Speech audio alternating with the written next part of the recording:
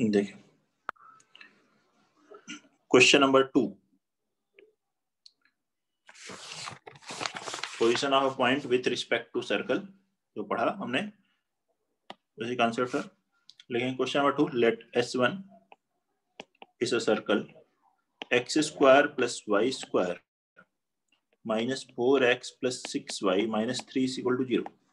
ये first circle की equation है। And there is another one more circle S2, x square plus Y square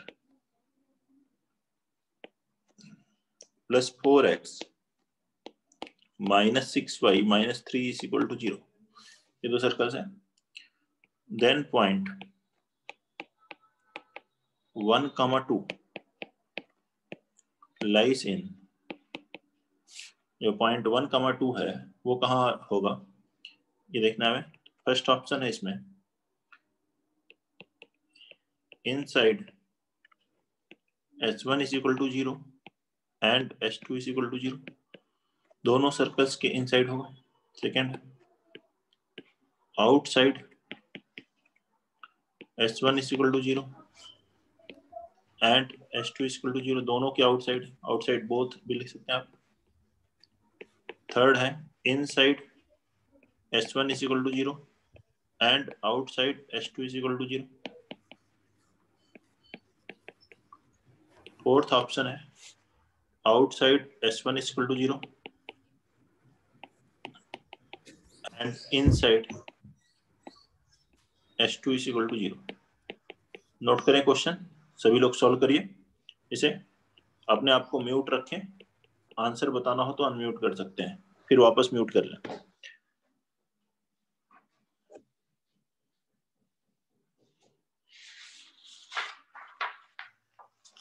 sir D outside S1 और inside S2। बस ये point को circles में रख के देखना है। फर्स्ट सर्कल फॉर S1 अगर हम लोग रखते हैं 1 2 को, इसमें क्या आएगा 1 का स्क्वायर 1 प्लस 2 का square 4 minus 4 into 1 4 plus 6 into 2 12 minus 3, ये कैंसिल हुआ 10, ग्रेटर देन 0 आया था। ग्रेटर देन 0 मतलब आउटसाइड S1 आ गया। ठीक है, तो B या D में से होगा। अब S2 के लिए, और S2 ये पॉइंट रखेंगे सर्कल में 1 2, तो कितना आएगा 1 plus 4 plus 4 into 1 4 minus 12 minus 3 8 9 9 minus 15 minus 6 less than 0 आ रहा है, मतलब इनसाइड S2। ये जो पॉइंट होगा सर्कल S1 के आउटसाइड है लेकिन S2 के इनसाइड है, तो डी ऑप्शन है। क्वेश्चन नंबर 3 इसके बाद लिखते हैं। Find A for which the point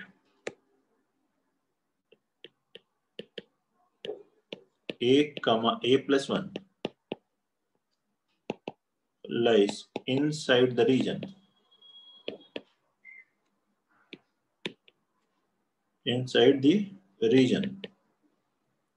bounded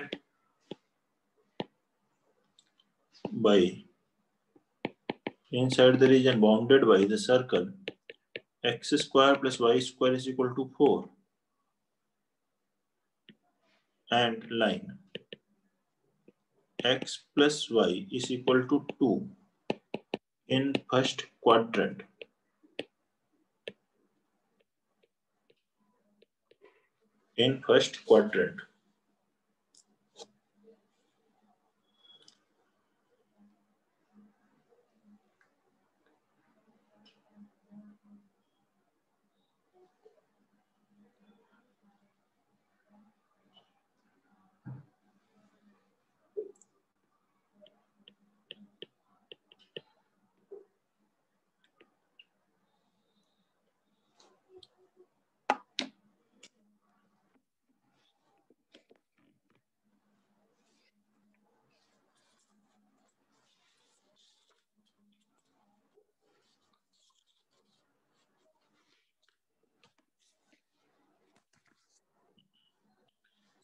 A की वैल्यू कैलकुलेट करिए जो इस कंडीशन को सेटिस्फाई कर रहा। डायग्राम बना ले थोड़ा सा, तो उससे ज्यादा बेटर क्लैरिटी आएगी।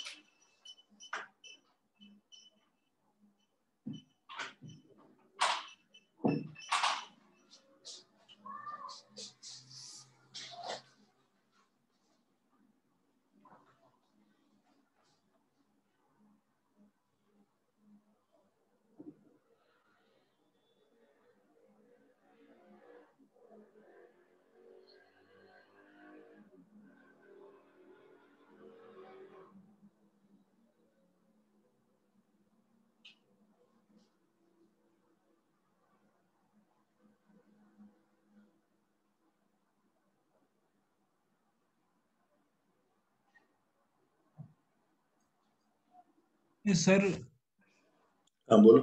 सर एक का रेंज आ रहा है सर। ए का रेंज कितना आ रहा है? Sir 1/2 2 -1 + √7 divided by 2। सही, ठीक, वेरी गुड, यही आंसर है। सर ये दो कंडीशन लगेंगी सर, एक तो S1 नेगेटिव। हाँ ठीक, देखिए कैसे सॉल्व करेंगे। ये क्या कहा गया, find A for which the point a, a+1 lies inside the reason bounded by the circle. Circle हो गया x² + y² = 4, इससे बाउंडेड, इस सर्कल के inside, and the line x + y = 2। तो ये देखिए सर्कल कहाँ कट करता है, x एक्सिस और y एक्सिस को। y0 रखिए, x आएगा 2 0, ठीक है, x0 रखेंगे, y आएगा 0 2, ये पॉइंट हुआ। ये लाइन जो है, ये लाइन भी इसी पॉइंट पे कट करती है, x + y = 2, 2 0 एंड 0 2 से पास होगी। तो कहा गया जो इससे सर्कल से और लाइन से बाउंडेड रीजन है फर्स्ट क्वाड्रेंट में। तो फर्स्ट क्वाड्रेंट में कौन सा रीजन है, ये वाला, इसमें यहां पर होना चाहिए पॉइंट, ये पॉइंट a, a+1, a+1 इस रीजन में हो। तो क्या कंडीशन हो, a की क्या वैल्यू हो। तो ये एक तो ये सर्कल के अंदर है, पहली condition, a+1 is inside circle,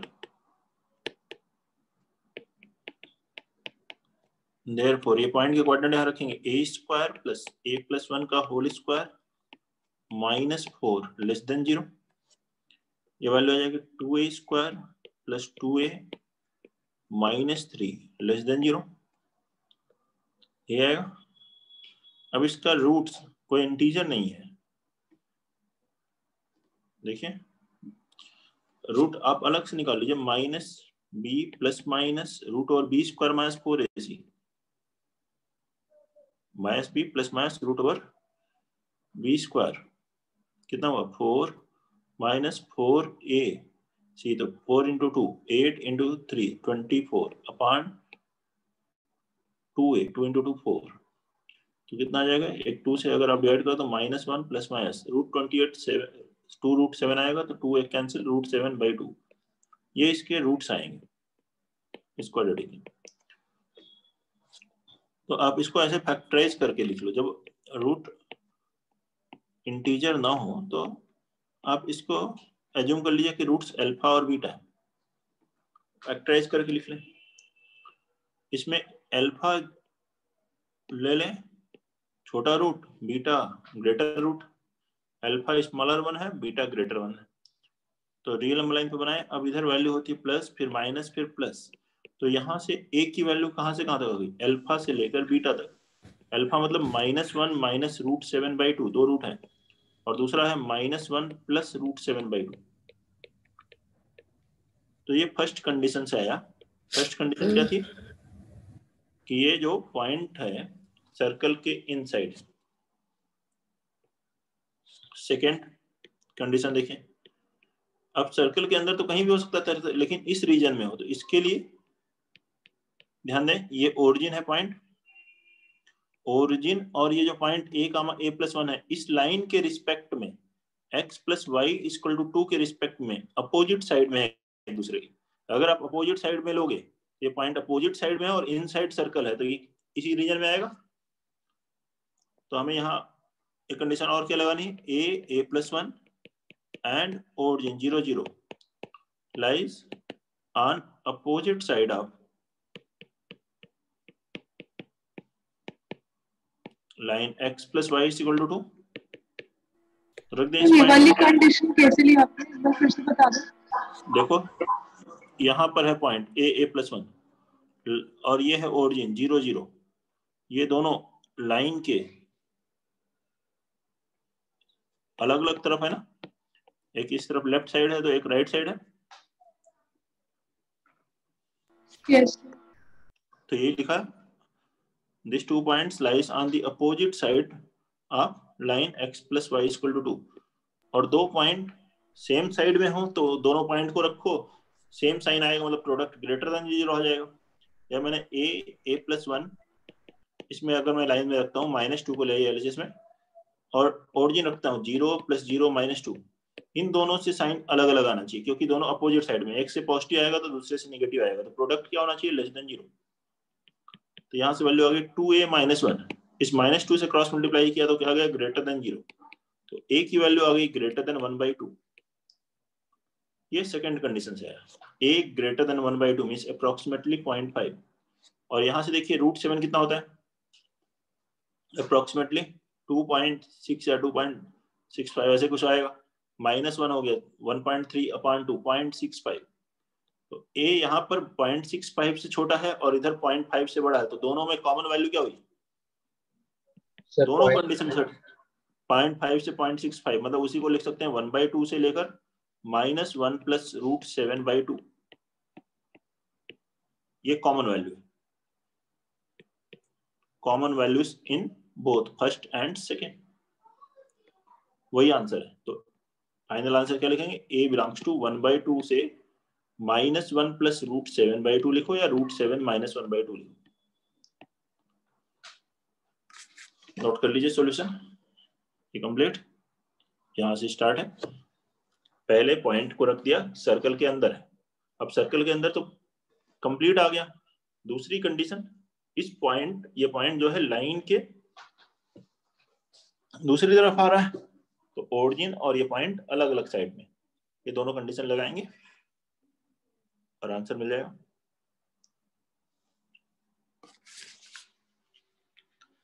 note कर लीजिए, फिर देखते हैं question number 4।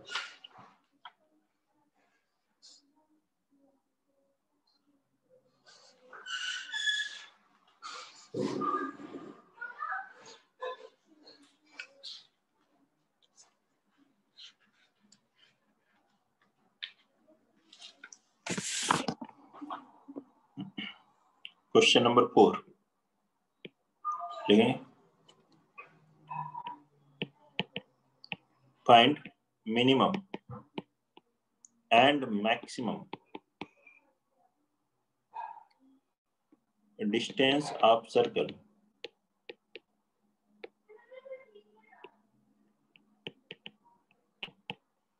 x² + y² = 4 from point 6, 8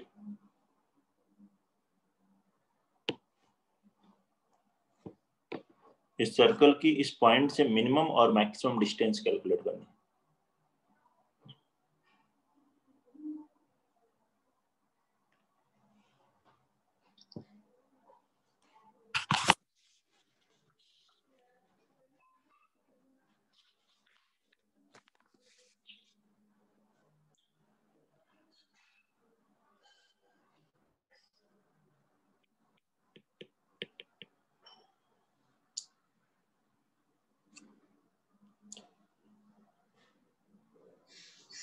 sir 8 और 12।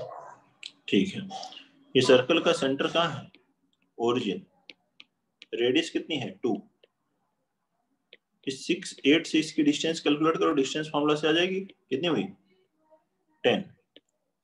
तो इस पॉइंट की इस सर्कल से मिनिमम डिस्टेंस किससे होगी, यहाँ देखिए सेंटर ज्वाइन कीजिए, बताया था ये, इसमें से रेडियस माइनस कर दीजिए, तो ये मिनिमम डिस्टेंस कितनी होगी 8 10⁻², और मैक्सिमम निकालनी है तो इसी को आगे एक्सटेंड कीजिए।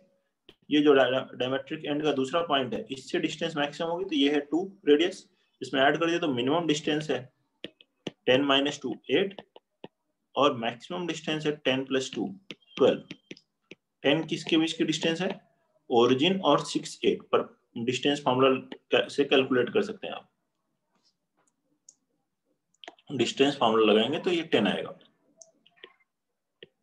क्वेश्चन नंबर 5 पे रेस कर देखें। P is any point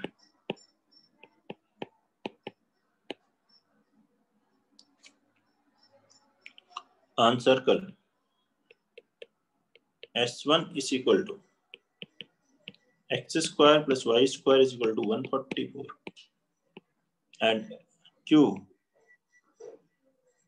is on circle S2 is equal to x square plus y square minus 6x minus 6y is equal minus 8y is equal to 0. Find minimum and maximum. Find minimum and maximum distance PQ और maximum value of PQ.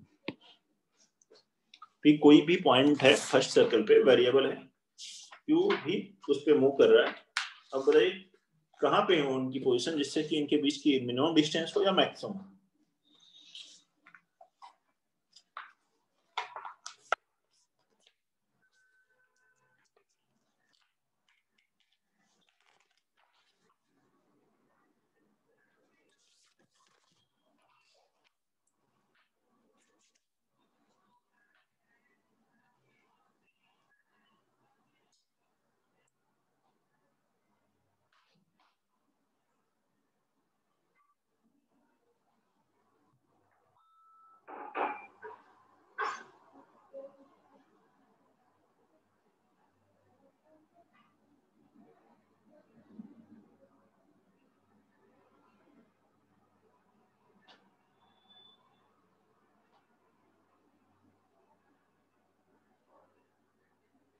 Sir 7।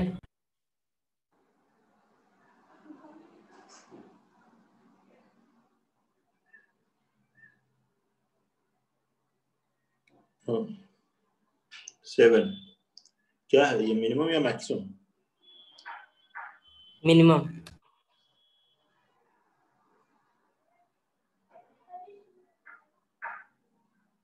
Sir 7 minimum और maximum?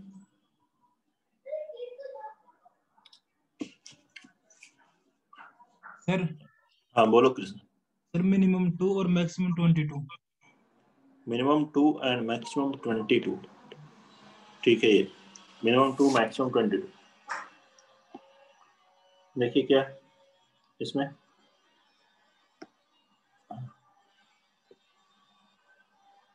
पहला circle क्या दिया है S1, centre 0 0 है, radius 12 है, ठीक है ना, ये फर्स्ट सर्कल है। दूसरा सर्कल सेंटर 3 कहाँ हो रहा है, ये ओरिजिन से ही पास हो रहा है। सेंटर कितना है इसका 3,4, radius √g² + f² minus c से निकालो 5 है, ये इसका सेंटर है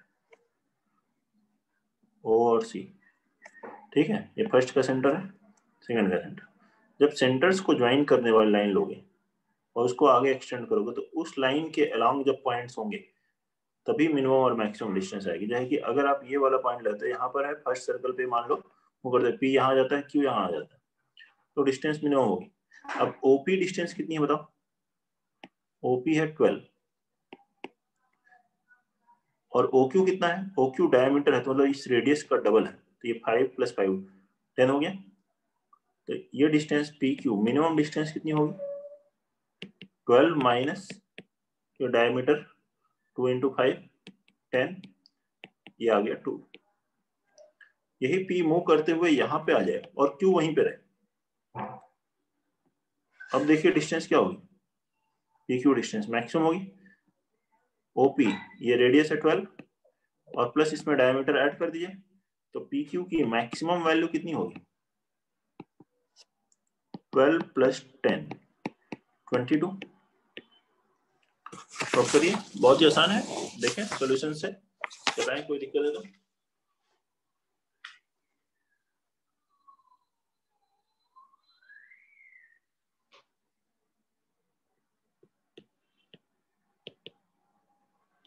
नोट करेंगे इसको और नेक्स्ट पे लिखेंगे a line and a circle.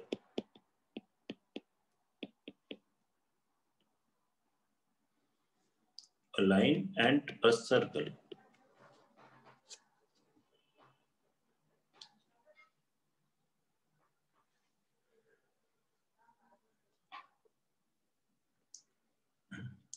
एक लाइन एक सर्कल को आइदर 2 पॉइंट पे कट करेगी, और 1 पॉइंट पे अगर टेंजेंट है तो, सीकेंट है तो 2 पॉइंट पे, या फिर हो सकता है इंटरसेक्ट ही ना करे, मीट ही ना करे।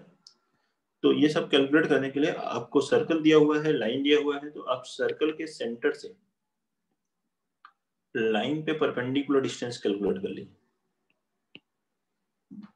और फिर वो देख लीजिए कि वो रेडियस से ग्रेटर है लेस है, ये ऑब्जर्व कर लीजिए। ये कब करना है, सर्कल की इक्वेशन दी हुई है तो सेंटर रेडियस आ जाएंगे, लाइन की इक्वेशन दी है तो आप उस केस में परपेंडिकुलर डिस्टेंस कैलकुलेट करके बता सकते हैं। तो नोट कर लें इसी को, let perpendicular distance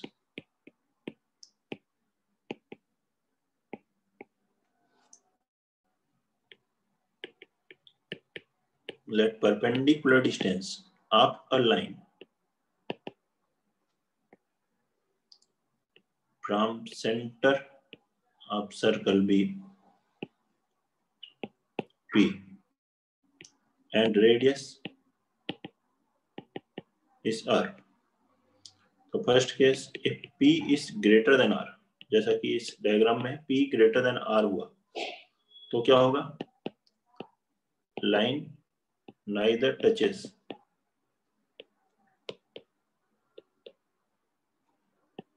nor intersect circle, ना तो वो सर्कल को टच कर रही होगी ना ही इंटरसेक्ट कर रही होगी। Second, if P is equal to R आ जाता है, परपेंडिकुलर डिस्टेंस रेडियस के इक्वल आ जाती है, तो क्या होगा, line will be tangent to circle, तो उस केस में लाइन टेंजेंट हो जाएगी। Third case, if P is less than R, ठीक है, 0 से ज्यादा हो R से कम हो, तो लाइन 2 डिस्टिंक्ट पॉइंट पे कट करेगी। Line will intersect at 2 distinct points, और जो 2 डिस्टिंक्ट पॉइंट पे कट करे वो क्या होता है, सीकेंट, मतलब line will be a secant. ऐसा आ जाएगा, एक सर्कल इसको 2 डिस्टिंक्ट पॉइंट पे कट करेगी, परपेंडिकुलर डिस्टेंस P रेडियस से लेस होगी, यही परपेंडिकुलर डिस्टेंस 0 आ जाए, 0 आने का मतलब ये सेंटर से ही पास हो रही है, means line will B diameter of circle.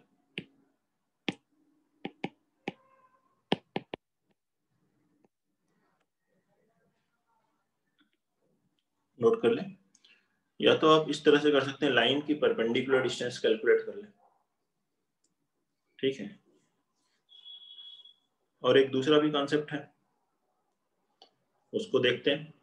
ये जो सेकंड कॉन्सेप्ट है, सेम कॉन्सेप्ट से हम लोग टेंजेंट की इक्वेशन सर्कल ही नहीं किसी भी 2 डिग्री कर्व पे कैलकुलेट कर सकते हैं, पैराबोला हो, इलिप्स हो, हाइपरबोला हो, कोऑर्डिनेट ज्योमेट्री के किसी भी कर्व के लिए ये मेथड आप अप्लाई कर सकते हैं, जो नेक्स्ट मेथड बताया जा रहा है। फर्स्ट वाला सर्कल के लिए एप्लीकेबल है, परपेंडिकुलर डिस्टेंस। नेक्स्ट वन देखें, एक लाइन की इक्वेशन दी हुई है, लेट द इक्वेशन सर्कल की इक्वेशन x² + y² = a² लेते हैं, एंड लाइन भी, लाइन की इक्वेशन है y is equal to mx plus C. इस तरीके से लाइन की इक्वेशन दी है, या ऐसे कन्वर्ट कर लीजिए आप। तो इन दोनों के पॉइंट ऑफ इंटरसेक्शन के लिए एक लाइन और एक कर्व है, वो सर्कल हो या कोई दूसरा कर्व हो, और पॉइंट ऑफ इंटरसेक्शन किसी एक वेरिएबल की वैल्यू, किसी एक अननोन की वैल्यू दूसरे के टर्म में आप दूसरी इक्वेशन में रखेंगे। तो फर्स्ट y की वैल्यू mx प्लस सी सेकेंड में रख दीजिए, मतलब सर्कल की इक्वेशन रख दीजिए। तो X square plus mx plus C का होल स्क्वायर बराबर a स्क्वायर आएगा।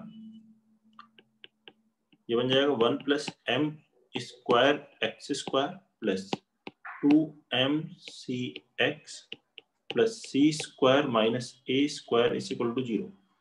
ये क्वाड्रेटिक है x में, है क्वाड्रेटिक x में। इसके टू डिस्टिंक्ट रियल रूट्स आएंगे तो ये लाइन दो बार पॉइंट पे कट करेगी। एक रियल रूट आएगा तो दूसरा इमेजिनरी नहीं होगा, फिर दोनों रियल और इक्वल हो जाएंगे। दोनों रियल इक्वल है तो एक ही पॉइंट है तो टेंजेंट हो जाएगी। और कोई रियल रूट नहीं आता है तो मतलब किसी भी पॉइंट पे इंटरसेक्ट नहीं करते हैं, तो उस केस में फर्स्ट केस आ जाएगा line neither touches nor intersect circle. तो इसके टू डिस्टिंक्ट रियल रूट हैं और रियल और इक्वल रूट हैं या इमेजिनरी रूट हैं, ये किसके ऊपर डिपेंड करता है? इसके डिस्क्रिमिनेंट पे। तो आप इसका डिस्क्रिमिनेंट पहले कैलकुलेट कीजिए। डी बी स्क्वायर मतलब 4m square C square minus 4ac 1 plus m square into C square minus A square.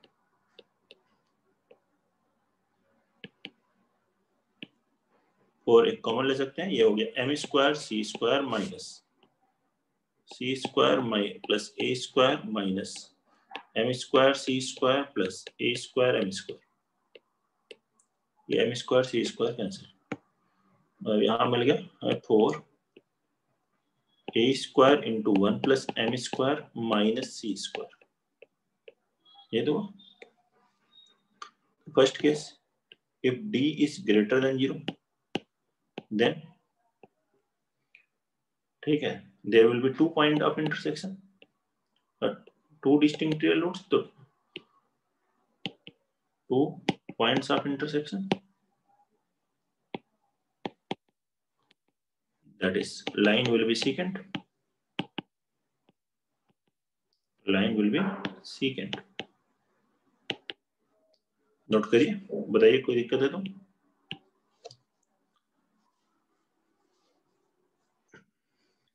और यही अगर d लेस देन 0 हो तो क्या होगा? कोई रियल रूट नहीं आएगा, means then line neither touches nor intersect circle।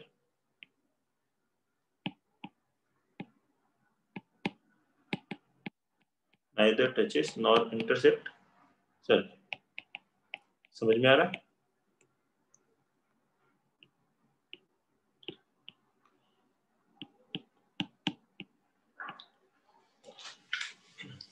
Note कर लीजिए सभी लोग और देखिए कोई दिक्कत है। प्राप्ति आ रहा है समझ में बेटा?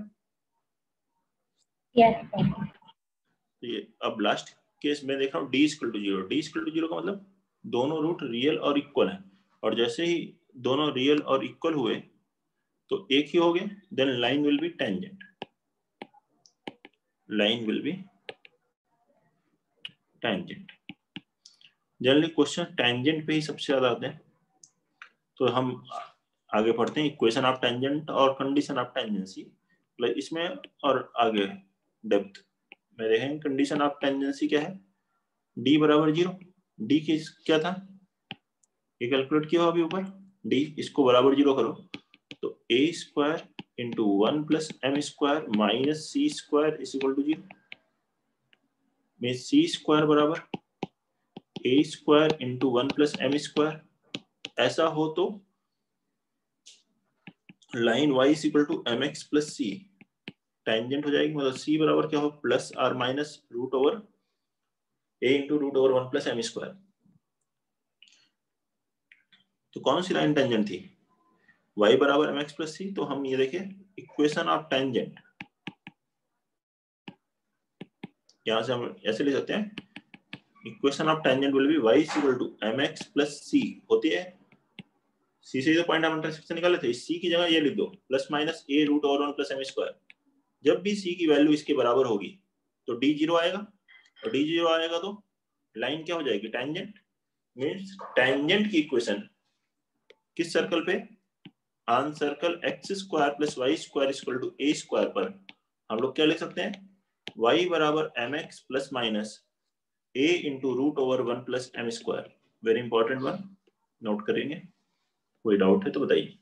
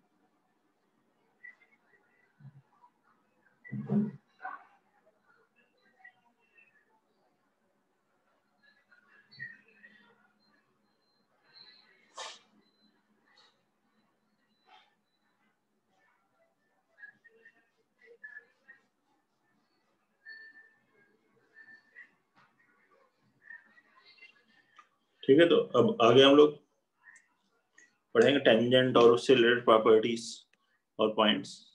तो देखते हैं नेक्स्ट वन। पहले टेंजेंट की वैसे डेफिनेशन क्या होती है इसकी बात करेंगे अगर, तो इसकी डेफिनेशन होती है, इट इज लिमिटिंग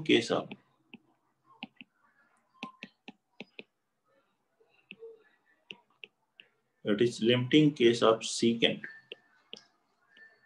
कैलकुलस में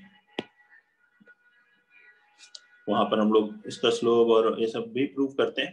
फिलहाल यहाँ पे बात कर रहे हैं, वहां पे किसी भी कर्व के लिए करते हैं। यहाँ पे सर्कल, पैराबोला, एलिप्स, हाइपरबोला है केवल। देखिए कैसे सीकेंट का लिमिटिंग केस का क्या मतलब है। ये एक सीकेंट है पी क्यू, ठीक है। अब ये पी क्यू सीकेंट में let us assume Q move करता है और पॉइंट पी फिक्स रहता है। मान लीजिए क्यू ये मूव करते हुए क्यू डैश पे आ गया, ये यहाँ आ गया, तो अभी सीकेंट यहाँ पे हो गई। फिर क्यू मूव करते हुए यहाँ आ गया, क्यू डबल डैश, सीकेंट यहाँ हो गई और क्लोजर आया। देखिए क्या हुई सेकंड, जैसे ही ये पॉइंट क्यू पी हो जाएगा, क्यू पी की तरफ अप्रोच कर रहा है, तो ये पी क्यू किधर जा रही, टेंजेंट एट पी की तरफ अप्रोच करने लग रही। जैसे ही पी क्यू हो जाएगा वैसे ही ये टेंजेंट बन जाएगी, tangent at P. H P Q becomes P, tangent में कन्वर्ट हो जाएगी ये सीकेंट पी क्यू।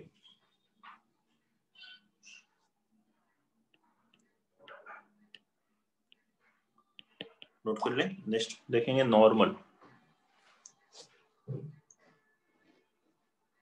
नॉर्मल क्या है,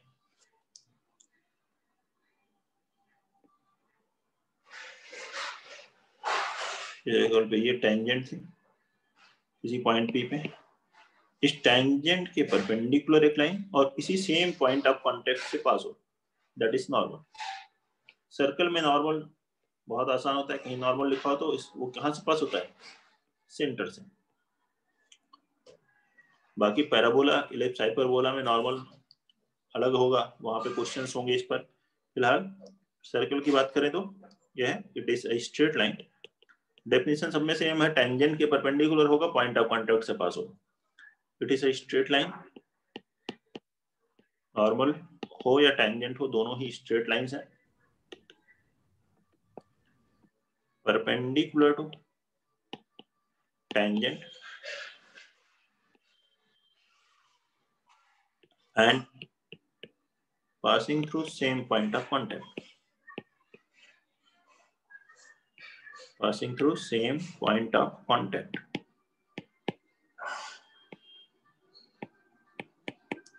पॉइंट ऑफ कॉन्टेक्ट से पास हो और इस टेंजेंट के परपेंडिकुलर हो। ठीक है, ये लिखे इन अ सर्कल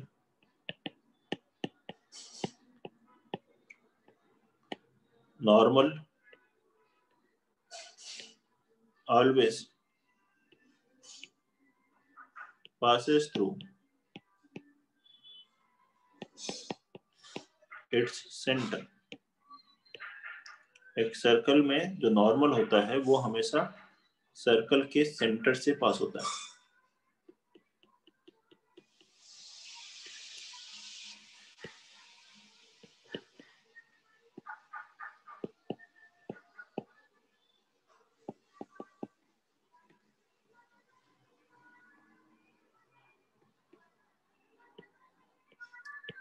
नोट करेंगे।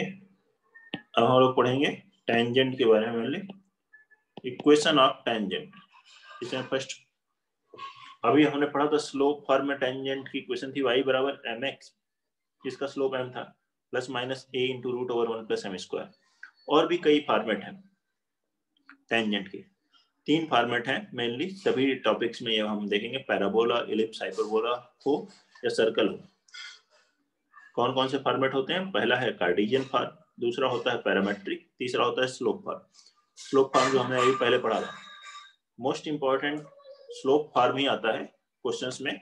वैसे ये सभी फॉर्मेट इंपॉर्टेंट है जैसा क्वेश्चन दिया हो।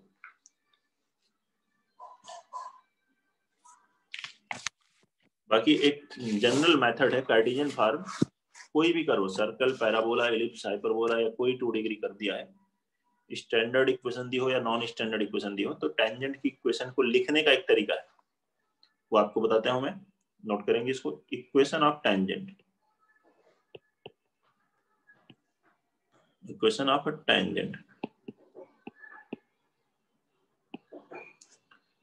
on any 2 degree curve, any 2 degree curve, ax square plus 2hxy plus by square plus 2gx plus 2fy plus c is equal to 0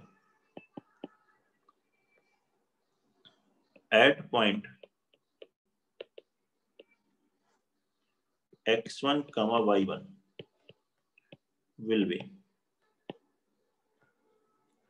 at point x1 comma y1। Curve के ऊपर ये point होना चाहिए जिसपे हम tangent की equation लिख रहे हैं। ठीक है, तो उसके लिए क्या करना होता है, इस कर्व की इक्वेशन में will be obtained by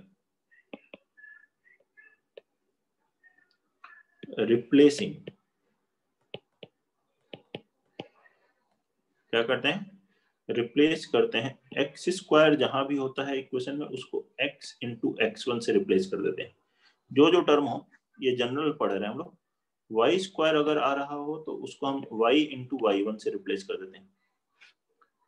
x आ रहा हो तो x को किससे रिप्लेस कर देते हैं, x प्लस x1 अपॉन 2 से। y के प्लेस पर क्या लिखते हैं, y प्लस y1 अपॉन 2, और x इंटू वाई आए तो उसके प्लेस पे लिखना है x1 into y plus x into y1 upon 2, इससे रिप्लेस कर दें। तो जब भी पॉइंट x1 y1 कर्व के ऊपर होगा तो वो चाहे सर्कल हो, पैराबोला हो, इलिप्स, हाइपरबोला, टेंजेंट की इक्वेशन आ जाएगी। जैसे अगर मैं इस जनरल कर्व के बारे में बात करूंगा तो टेंजेंट की इक्वेशन क्या होगी, a एक्स स्क्वायर की जगह लिखोगे x x1 plus 2h xy, तो h xy की जगह क्या लिखा, x1y प्लस xy1 बाई 2, तो एक 2 कैंसिल हो गया h से, प्लस b y स्क्वायर की जगह लिखा y y1, g x की जगह लिखा x प्लस x1 बाई 2, 2 से कैंसिल हो गया, plus f y plus y1 plus c is equal to 0। यही है टेंजेंट की इक्वेशन। किसी पॉइंट x1 y1 पर टेंजेंट की इक्वेशन लिखनी हो, पॉइंट कर्व के ऊपर होना चाहिए, तो उस केस में ये मेथड है। Simplest method. पॉइंट अगर कर्व पे दिया है तो एक्स स्क्वायर को x इंटू x1 से रिप्लेस कर दो, y स्क्वायर को y इंटू y1 से रिप्लेस कर दो।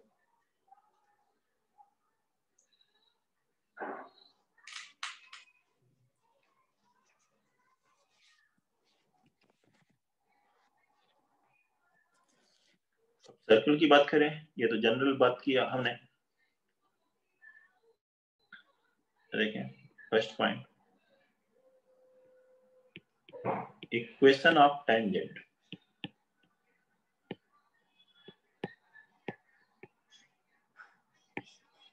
at x1 comma y1 on circle x square plus y square is equal to a square will be, इस पर टेंजेंट फंक्शन क्या हो जाएगी? मान लीजिए ये सर्कल हो तो x स्क्वायर की जगह x x1, y स्क्वायर की जगह y y1, x नहीं है इसमें, y नहीं है, x y नहीं है, तो बस यही आ गया, यही answer. x x1 plus y y1 is equal to a square. ये पॉइंट कर्व के ऊपर है, इस बात का ध्यान रखें, बाहर नहीं है। ऑन द कर्व, जब कर्व पे पॉइंट हो तो ऐसे लिखना है, तब कार्टेशियन फॉर्म को यूज करना है। जनरल इक्वेशन सर्कल की लिखी हो तो देख लीजिए, इक्वेशन ऑफ टेंजेंट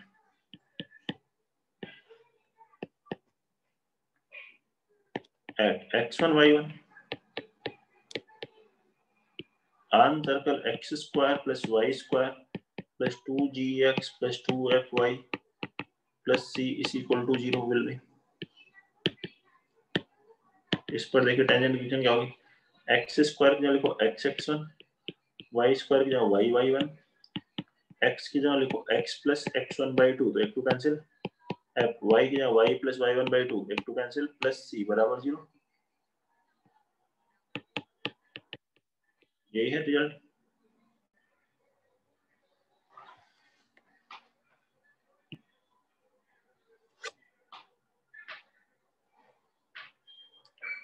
नोट कर लीजिए, कोई दिक्कत है तो बताइए। No sir. ये फर्स्ट फॉर्मेट था कार्टेशियन फॉर्म। सेकेंड फॉर्मेट है पैरामेट्रिक फॉर्म। पैरामेट्रिक फॉर्म बताने से पहले पैरामेट्रिक कोऑर्डिनेट्स बताए थे आपको सर्कल के। पॉइंट जब मैं बताता पोजीशन ऑफ पॉइंट, उसके बाद क्वेश्चन आपको करवा दिया था मैंने एक्चुअली लास्ट क्लास में। तो पहले मैं पैरामेट्रिक कोऑर्डिनेट्स के बारे में आपको यहाँ बता देता हूँ, पैरामेट्रिक इक्वेशन के बारे में सर्कल के, उसके बाद इस पे आते हैं।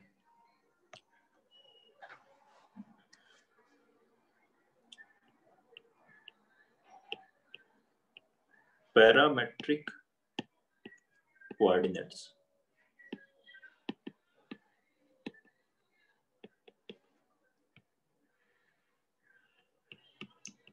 पैरामेट्रिक कोऑर्डिनेट्स किसी सर्कल पे या किसी कर्व पे आप कोई पॉइंट अगर अपनी तरफ से एज्यूम करना पड़े, मान लीजिए इस सर्कल पे मुझे कोई पॉइंट एज्यूम करना है कि P क्या होगा, तो x1, y1 लोगे तो इसमें क्या वेरिएबल है, तो हम क्या करते हैं, दो वेरिएबल की जगह एक वेरिएबल रखते हैं। इसकी इक्वेशन जैसे मान लीजिए x square plus y square बराबर a स्क्वायर दी हुई है, तो कोई एक वेरिएबल के टर्म में लिखेंगे तो कैलकुलेशन कम होगी, ठीक है। तो हम किसी t, मान लीजिए x कोऑर्डिनेट को t ले लिया, y को t के टर्म में लिख दिया, तो उसी को कहते हैं पैरामेट्रिक कोऑर्डिनेट्स। सर्कल, इलिप्स और हाइपरबोला में हम थीटा या अल्फा के टर्म में लिखते हैं, जहां पे x और y की डिग्री सेम होती है। तो यहाँ पर देखें, किसी भी पॉइंट को अगर आप x coordinate a cos theta लेते हैं और y coordinate a sin theta लेते हैं, x बराबर a cos थीटा, y बराबर a sin थीटा, तो क्या हो गया, a square cos square theta plus a square sin square theta, कितना हो गया, a square common, a square ही आ गया। तो मतलब ये हमेशा इसको सेटिस्फाई करेगा। तो जब भी हमें कोई पॉइंट पैरामेट्रिक एज्यूम करना है तो ज्यादा बेटर क्या है, हम उसको क्या एज्यूम करें, सर्कल अगर x square plus Y square equal to A square है, तो हमें एज्यूम करना चाहिए एक्स बराबर ए कॉस थीटा, वाई बराबर ए साइन थीटा, ये लेना चाहिए कोई point, x coordinate a cos theta, y coordinate a sine theta. किस सर्कल के लिए? X square plus Y square equal to A square के लिए। लेकिन अगर सर्कल ये एक्स माइनस एक्स वन का square plus y minus y one का स्क्वायर बराबर ए स्क्वायर है तो ए लेंगे, आर स्क्वायर है तो आर कॉस थीटा, ऐसे मान लीजिए फॉर दिस सर्कल। तब क्या अज्यूम करोगे? x माइनस x1 को लोगे r cos theta and y minus y1 को लोगे r sin थीटा। मतलब x बराबर आ जाएगा x1 plus r cos theta, y बराबर आ जाएगा y1 plus r sin theta. अच्छा, इससे को आप ऐसे ले सकते हो x minus x1 upon cos theta बराबर y minus y1 upon sin theta is equal to r। याद है ये किसकी इक्वेशन थी इस तरह से लिखने पे? यस सर, लाइन की थी सर। लाइन की थी। लाइन में क्या होता है? लाइन के केस में यहाँ थीटा फिक्स होता है और r वेरिएबल होता है। देखो लाइन में लाइन का थीटा सेम, r चेंज हो रहा है, पॉइंट की डिस्टेंस चेंज हो रही है। लेकिन यहाँ पे यही इक्वेशन सर्कल की हो जाती है जहाँ पे r फिक्स है, कांस्टेंट, r रेडियस है और ये थीटा चेंज हो रहा है। जैसे जैसे पॉइंट चेंज कर रहे हो तो ये क्या हो रहा है? थीटा एंगल चेंज हो रहा है, थीटा वेरिएबल है। r कांस्टेंट और थीटा वेरिएबल है तो यही जो है इक्वेशन ऑफ सर्कल है इन पैरामीट्रिक फॉर्म।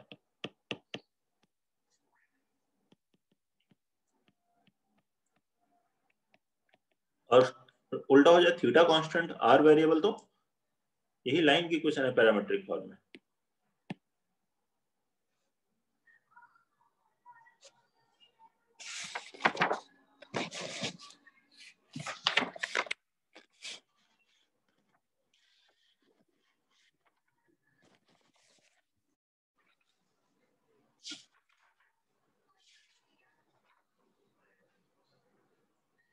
समझ रहे हैं? Yes sir. ठीक, तो नेक्स्ट है तो दें आपको इसमें पॉइंट टेंजेंट की इक्वेशन लिख रहे थे, तो equation of tangent in parametric form, equation of tangent in parametric form. Parametric form कब यूज करना होगा आपको? जब पॉइंट, किसी पॉइंट पे टेंजेंट की इक्वेशन कैलकुलेट करनी है और वो पॉइंट दिया नहीं है, आपको अपनी तरफ से एज्यूम करना है, तो बेटर क्या है? पैरामीट्रिक टर्म में एज्यूम करिए। तो इक्वेशन ऑफ टेंजेंट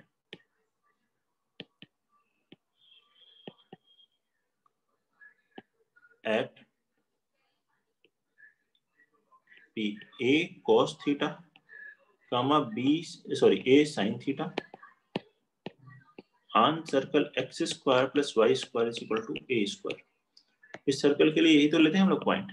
कोई पॉइंट पर हमें टेंजेंट चाहिए, पॉइंट के कोऑर्डिनेट दिए नहीं है, आपको अपनी तरफ से एज्यूम करने। दिए होते हैं तो x1 y1 Cartesian form use करोगे। x तो क्या हो गई इक्वेशन? एक्स स्क्वायर क्या लिखते हैं? x इंटू x1 की वैल्यू कितनी हो गई? a cos theta. y square क्या लिखोगे? y इंटू y1 की वैल्यू कितनी हुई? a sin थीटा बराबर a स्क्वायर। एक कैंसिल हो जाएगा। यही टेंजेंट की इक्वेशन है, बस आपने पॉइंट रख दिया है, इस बार पैरामेट्रिक टर्म में रख दिया है, तो वो हो गया parametric form. Third and most important one है स्लोप फॉर्म। जब पॉइंट कर्व पे नहीं दिया हुआ हो, किसी एक्सटर्नल पॉइंट से टेंजेंट ड्रा कर की जा रही हो, बाहर के किसी पॉइंट से टेंजेंट ड्रा की जा रही है, या यहाँ पे भी टेंजेंट ड्रा की जा रही है लेकिन हमें पॉइंट नहीं दिया है, ना ही जरूरत है उसकी, तो हमें बस टेंजेंट से मतलब है, तो हम स्लोप फॉर्म में टेंजेंट की इक्वेशन लिखते हैं जो पहले पढ़ा था। क्या थी वो? Equation of tangent having slope m, having slope m on circle x square plus y square is equal to a square will be, इस पर टेंजेंट की इक्वेशन क्या होगी? y is equal to mx plus or minus a into root over 1 plus m square। ये y is equal to mx plus minus a into root over 1 plus m square। Slope form में tangent की equation. Note कर लीजिए, कोई भी doubt है तो बताइए।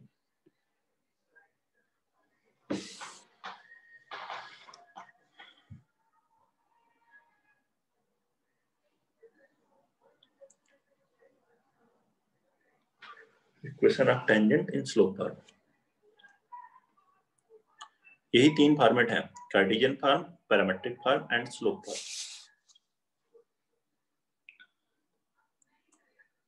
नोट करेंगे, कोई दिक्कत है तो बताएंगे। और भी बहुत सारी प्रॉपर्टीज हैं टेंजेंट से रिलेटेड, वो फिर बाद में हम लोग अगली क्लास में पढ़ेंगे। बताएं, कोई दिक्कत है तो नोट करना है सर। नोट करना है, रुको।